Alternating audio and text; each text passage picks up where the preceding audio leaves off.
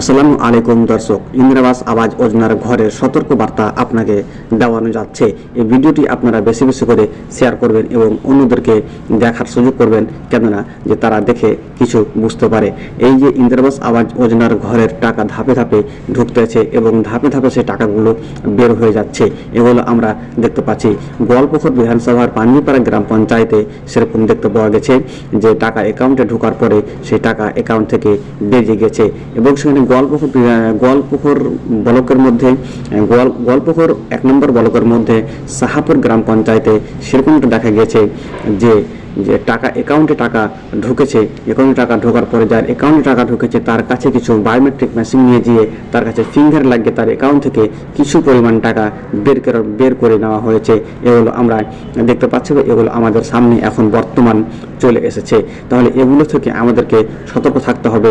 কেউ যদি বলে যে বায়োমেট্রিকের ফিঙ্গার দিতে হবে, তাহলে কেউ বায়োমেট্রিকে দয়া করে ফিঙ্গার দিবেন না এবং যার অ্যাকাউন্টে টাকা ঢুকেছে তারা খুব সাবধানে থাকবেন এবং যার অ্যাকাউন্টে টাকা এখনও ঢুকেননি বা টাকা ঢুকবে তারা কি করবেন, দয়া করে ব্লকে যে একটু ফর্ম ফিল আপ করে ব্লকে যে নিজে সেই ফর্মে অ্যাকাউন্ট নাম্বার এবং ব্যাংক খাতা দিয়ে আপনারা নিজে দিয়ে আসবেন। তাহলে আপনি আপনার ঘর আপনার নামে আপনার অ্যাকাউন্টে সঠিক টাকা ঢুকবে বা আপনার নামে সঠিক টাকা আসবে, এটি আমি আশাবাদী।